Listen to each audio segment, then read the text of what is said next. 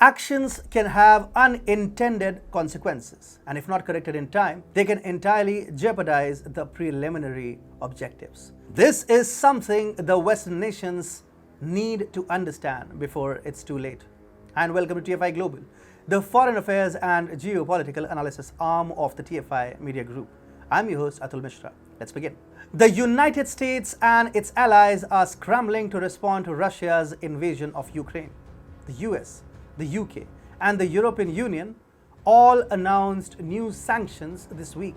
These sanctions are aimed at Russian capital invested in the West, which includes the country's banks and government officials, and might even include a restriction on semiconductor chip and energy imports. The majority of the West has vehemently condemned Russia's invasion of Ukraine, and the states are reciprocating this sentiment with wholesale sanctions.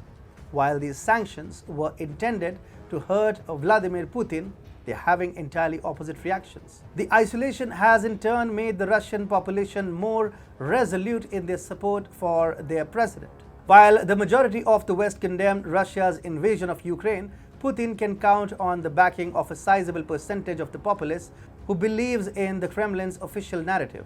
Putin is carrying out a legal special military operation in Ukraine to liberate the country from a Nazi administration. According to a recent poll by a Russian state-owned pollster, almost 65% of Russians approve of the special military operation in Ukraine. Most citizens agree with the government's account of the operation, which is designed at protecting the Russian-speaking population of Donbas, according to the poll. According to this account, the conflict in eastern Ukraine between the Ukrainian army and pro-Russian separatists has been a genocide of ethnic Russians perpetrated by Kyiv since 2014. This view is further strengthened by the fact that there are multiple armed groups with extremist views active in these regions who have consistently committed atrocities on ethnic Russians. As a result, Russia has the right to interfere and put a stop to it. Russia is not going to start a war. In a Facebook post, Maria Zakharova, a Russian foreign ministry spokeswoman, wrote, "It is coming to an end." According to another local poll, popular trust in Putin has risen from 60% to 71% since the crisis began.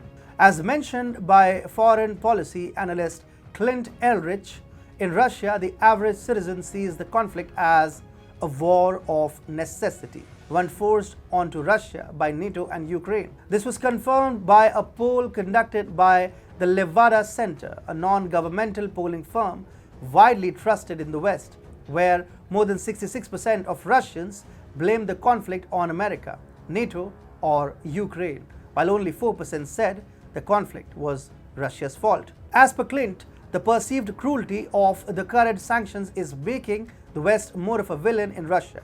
He said some Russians that he knew and who had favorable opinions of the West now feel like they are personally under attack. They resent being the targets of economic welfare.